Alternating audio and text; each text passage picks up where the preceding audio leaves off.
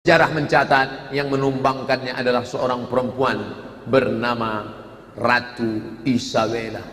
Oleh sebab itu jangan nyanyikan lagi lagu Isabella yang dulu dinyanyikan oleh Amy Search dari Malaysia. Loh, Ustaz kok tahu? Pernah juga nyanyi dulu. Sekarang sudah stop, berhenti. Ratu Isabella sangat kejam. Orang Islam hanya diberi dua pilihan. Kalau kalian mau tetap bertahan di Andalusia, kalian harus murtad.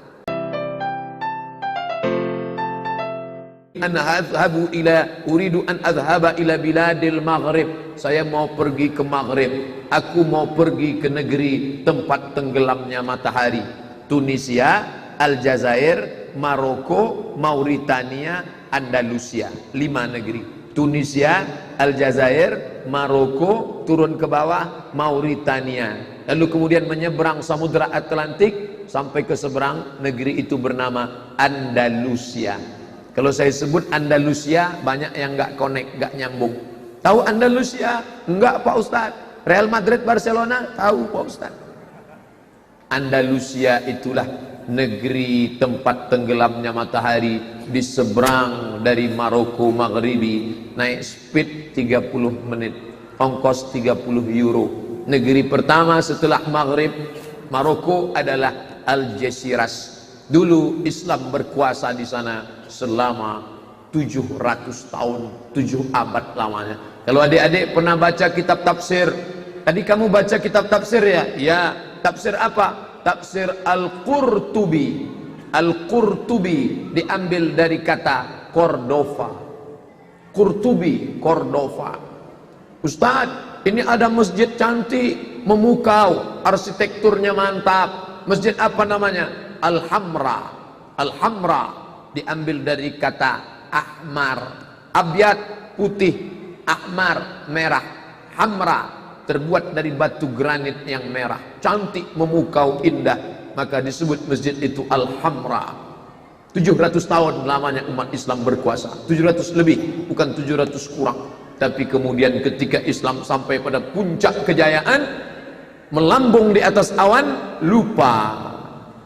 Biasa, orang kalau sudah sampai pada puncak lupa. Dan memang sunnatullah, bibit itu tumbuh, pecah, berbatang, bertunas, berdaun, berputik, berbuah, tua, lapuk, tumbang, mati. Islam pernah berkuasa di Andalusia dan kemudian tumbang. Sejarah mencatat yang menumbangkannya adalah seorang perempuan bernama Ratu Isabella. Oleh sebab itu jangan nyanyikan lagi lagu Isabella yang dulu dinyanyikan oleh Amy Search dari Malaysia. Loh, Ustaz kok tahu? Pernah juga nyanyi dulu. Sekarang sudah stop, berhenti. Ratu Isabella sangat kejam. Orang Islam hanya diberi dua pilihan. Kalau kalian mau tetap bertahan di Andalusia, kalian harus murtad. Tapi kalau kalian mau tetap Islam, out. Dicuci bersih. Mahkamah itu taftish namanya, mahkamah pengadilan. Taftish, diperiksa satu persatu. Bapaknya mana? Ibunya mana? Istrinya mana? Suaminya mana? Anaknya mana? Cucunya mana? Islam, out. Mau tetap bertahan di sini, kamu harus pindah agama. Dan untuk membedakan mana yang Islam, mana yang murtad, mana yang murtad, mana yang asli Kristen, yang murtad-murtad itu diberi topi panjang, tajam ke atas bentuk kerucut. Topi itu disebut dengan topi San Benito, untuk menunjukkan bahwa ini orang pendatang baru, pemain cadangan, pakai topi San Benito. Itulah yang dibelikan sekarang oleh anak-anak umat Islam, diberi oleh bapaknya. Ibunya yang membeli topi itu untuk dipakaikan ke kepalanya dengan menyanyikan lagu Happy Birthday to you. Jangan lagi pakai topi-topi murtad itu. Lalu kemudian pada malam tahun baru, menyambut 1 Masehi, 1 Januari 2018, anak-anak umat Islam memakai 2 topi pada malam tahun baru itu. Pertama topi San Benito, yang kedua bando yang pakai tanduk malam tahun baru. Mungkin di Bandung tidak ada, tapi di tempat saya ada. Orang pakai 2 tanduk setan, 2 tanduk bando, topeng, boneka yang dipakai di atas. Ini lambang-lambang setan. Kalau bisa di kepala dia pasang. Kalau tidak di kepala, di tangan dia pasang. Metal, lambang setan. Makanya mereka adalah menyanyikan musik-musik, lagu-lagu yang digemari oleh setan. Setan masuk ke dalam hati melalui musik-musik setan. Musik-musik membangkitkan hawa nafsu, menyembah setan-setan dengan perantaraan musik-musik setan. Musik heavy metal, musik R&B, musik yang lain sebagainya. Nah, maka ini adalah negeri Maghrib, dan sekarang negeri itu sudah menjadi tidak lagi negeri yang besar kerajaan, tapi sudah menjadi presidensial. Tunisia, Republik Tunisia. Aljazair, Republik Aljazair. Mauritania, Republik Mauritania. 3 presiden. Sedangkan Maroko masih bertahan dengan kerajaan Maroko. Sekarang rajanya namanya Muhammad VI. Muhammad VI ini anak dari Hasan II. Hasan II itu anak dari Muhammad V. Muhammad V itu anak dari Hasan I. Muhammad VI, anak Hasan II, anak Muhammad V, anak Hasan I. Jadi namanya itu aja dibolak-balik. Adik-adik kalau tidak mau ribet ngingat nama, saya pun insya Allah akan nyoba itu. Nama saya Abdul Somad, anak saya Mizyan Hazik. Nanti kalau Mizyan Hazik punya anak, Somad 2. Mizyan Hazik punya anak, Mizyan 2. Mizyan 2 punya anak, Somad 3. Dan nama itu ditempel di dinding induk. Ini ada 4 tiang besar di Masjid Muhammad, Masjid Hasan II, ibu kota kerajaan Maroko. Tulisannya Casablanca, cara membacanya Casablanca.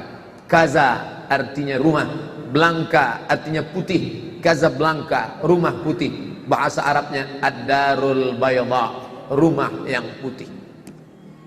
Oleh-oleh Maroko. Yang ketiga, Salafus Saleh. Salaf. Sekarang kata salaf populer sekali. Itu kajian orang salaf tuh. Itu Ustadz salaf tuh. Ini kawan saya orang salaf nih. Ketika dia ditanya, maksud ente salaf itu apa? Pokoknya salaf aja lah. Khairul Qurun qarni, sebaik-baik abad abadku. Tsummal ladzina yalunahum, satu abad sesudah itu. Tsummal ladzina yalunahum, satu abad sesudah itu. Inilah dalil penggunaan kata salaf. Salaf artinya 3 abad pertama dalam sejarah Hijriah. Khairul Qurun qarni, sebaik-baik abadku, abad 1. Tsummal ladzina yalunahum, satu abad sesudah itu, abad 2. Tsummal ladzina yalunahum, satu abad sesudah itu, abad 3. Maka semua yang hidup di abad ketiga ini disebut dengan salaf. Sedangkan abad 4, 5, 6, 7, 8 sampai sekarang disebut khalaf.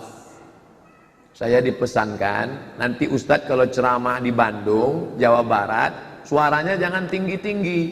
Ini bukan Sumatera. Orang Bandung tuh lembut ngomongnya. Saya pun sudah mau latihan sedikit. Adik-adik sekalian, jadi salaf itu ada 3. Ternyata nggak bisa dibuat-buat. Saya pakai style saja aja lah. 1 abad pertama, abad kedua, abad ketiga itu disebut dengan salaf. Nah, lalu yang dimaksud semua salaf itu baik? Tidak. Karena tidak semua yang di 3 abad ini sebaik-baik semua orangnya. Maka yang baik itu disebut dengan salafus salih. Makanya Ustadz selalu ceramah, ini menurut tradisi salafus salih. Artinya orang-orang yang hidup di 3 abad pertama, tapi yang soleh-soleh saja. Apa ada orang salaf di Maroko, Pak Ustadz? Ya ada. Beda dengan Indonesia.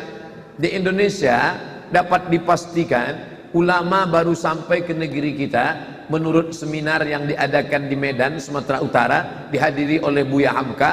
Islam baru sampai ke negeri kita Nusantara itu abad ke-7 Hijrah.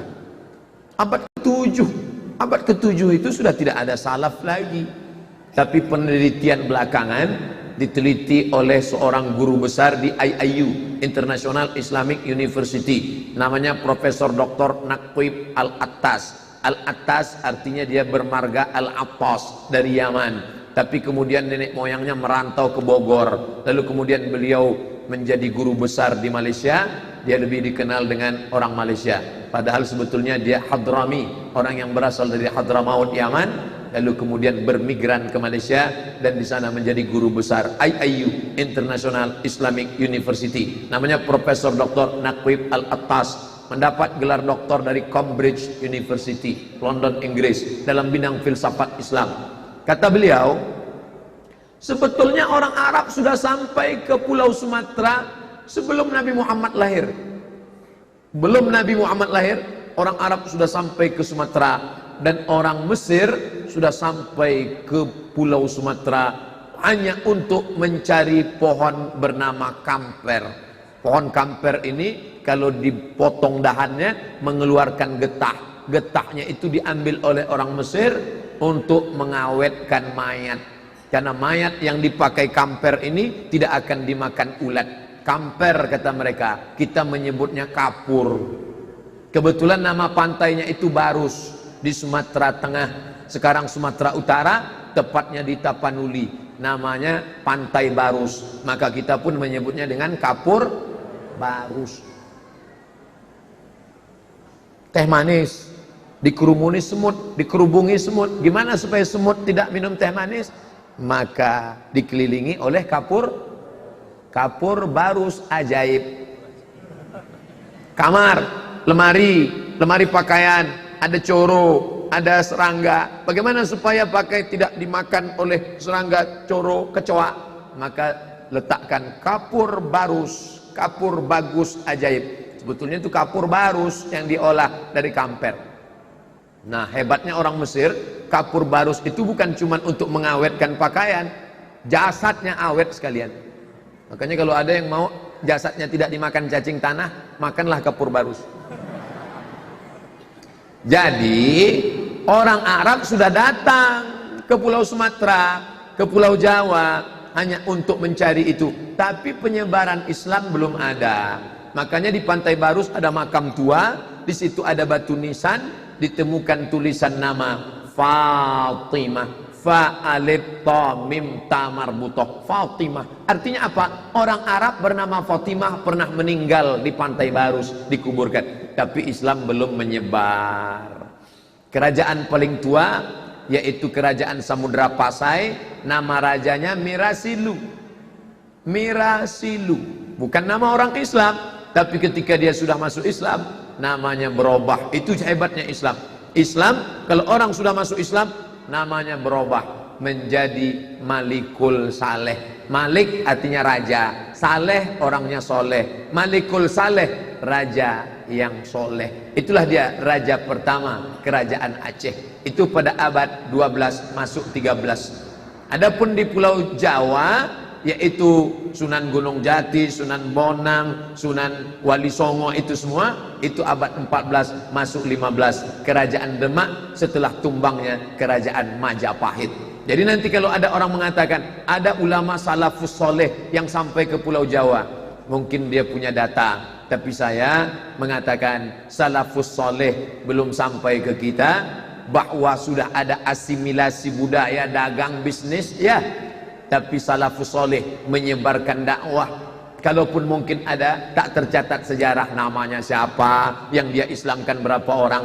Beda dengan Maroko. Di Maroko memang salafus soleh sampai. Sahabat Nabi namanya Uqbah bin Nafi. Ain qabba ta marbutah, nun alif fa ain. Uqbah bin Nafi. Jadi sahabat Nabi itu salafus soleh, Pak Ustaz. Ya, sahabat Nabi itu abad 1, abad 2. Maka mereka itu disebut dengan salaf karena mereka tradisi salafus soleh. Sahabat Nabi jumlahnya 114.000 orang. Menurut Imam Abu Zur'ah, seorang ahli hadis, berkata sahabat Nabi itu jumlahnya 114.000 orang. Yang terakhir meninggal di kota Makkah Al-Mukarramah namanya Abu Tufail, tahun 100 pas. Mudah ingatnya. Nanti kalau adik-adik ditanya siapakah sahabat Nabi yang terakhir meninggal dunia, Abu Tufail meninggal tahun 100. Terbukti Nabi Muhammad tahu sejarah, tahu apa yang akan terjadi di masa akan datang. La yabqa ala wajhil ardi, tidak akan ada yang tetap hidup di atas muka bumi ini ba'da mi'ati sanah, setelah 100 tahun. Ucapan Nabi terbukti. Subhanallah, Masya Allah, la haula wa la quwata illa billah. Ternyata sahabat Nabi yang terakhir meninggal tahun 100 di kota Makkah. Tapi di Irak ada lagi sahabat Nabi yang meninggal sebelum tahun 100. Nama kotanya Basrah, nama negerinya Irak. Kufah di Irak, Baghdad di Irak, Basrah di Irak. Nama sahabat Nabi yang terakhir meninggal di kota Basrah adalah Anas bin Malik.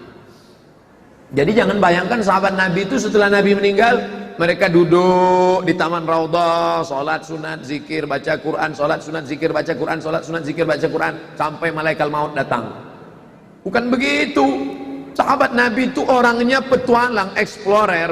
Begitu Nabi SAW meninggal, mereka bertebaran ke permukaan bumi. Setelah Nabi Muhammad SAW meninggal tahun 11, Nabi meninggal tahun 11, Muharram, Safar, Rabiul Awal, hari Senin tanggal 12, meninggal Nabi.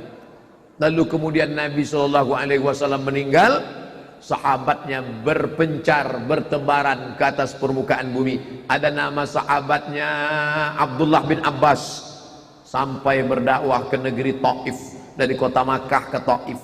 Ada sahabatnya namanya Ammar bin As. Ammar bin As perjalanannya lebih jauh lagi. Dia sampai ke negeri bernama Fustat. Fustat artinya kemah. Sampai dia di Fustat, didirikan satu masjid, masjid tertua di Afrika Utara, atas nama sahabat Nabi, namanya Masjid Ammar bin As. Nama imamnya Syekh Muhammad Jibril, sekarang masih hidup. Masjid Ammar bin As. Adik-adik nanti kalau pergi umrah, sekarang umrah itu pakai plus, umrah plus Masjidil Aqsa, umrah plus Turki, umrah plus Kairo, singgah ke Masjid Ammar bin As, mampir ke Masjid Ammar bin As, masjid tertua di Afrika Utara, untuk mengenang nama sahabat Nabi Ammar bin As. Ammar bin As punya anak seorang laki-laki namanya Abdullah bin Ammar bin As, salah seorang sahabat Nabi yang menulis hadis. Abu Hurairah ngaku, aku memang sahabat Nabi yang paling banyak hafal hadis. Abu Hurairah hafalan hadisnya 5.374 hadis. 5374 5.374 hadis bersarang di kepala Abu Hurairah radhiyallahu anhu. Tapi ada orang lain yang hafalannya lebih hebat daripada saya. Siapa itu?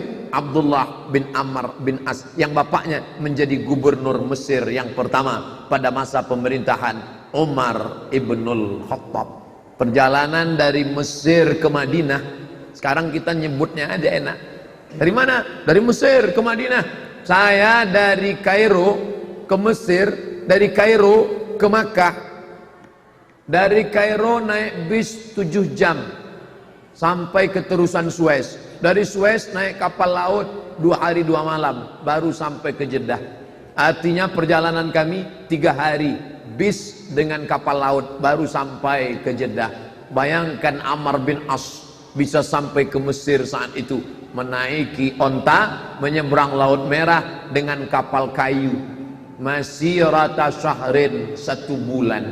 Jadi kalau ada orang sekarang kerjanya hanya berzikir mengingat Allah, baca Quran, nunggu mati, itu bukan tradisi salafus saleh. Salafus saleh itu adalah bergerilya menyampaikan agama Allah Subhanahu wa taala. Ayyahdiyallahu bika rajulan wahidan, satu orang dapat hidayah karena lidahmu, karena mulutmu, karena katamu, khairun, lebih baik, min humurin na'am, daripada engkau memiliki seekor unta yang merah. Dalam riwayat lain dikatakan khairun, lebih baik, minad dunya wa ma fiha, daripada dunia dan seisinya. Mereka lah yang mengislamkan Mesir, yang saat itu Mesir menyembah pokok kayu, menyembah lembu, menyembah sungai Nil, menyembah batu, menyembah hantu. Makanya adik-adik lihat di dinding piramid ada gambar matahari bulat, lalu kemudian ada gambar tangan, karena mereka menyembah dewa matahari yang disebut dengan dewa Ra.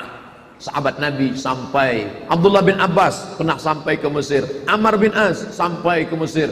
Abdullah bin Ammar bin As bahkan mengajar orang Mesir hadis-hadis Nabi SAW. Pada masa pemerintahan Utsman ibnu Affan, pembebasan Afrika Utara, Afrika bagian atas, Mesir, Libya, Tunisia, Aljazair, Maroko. Sahabat Nabi yang sampai ke Biladil Maghrib diantaranya adalah Uqbah bin Nafi.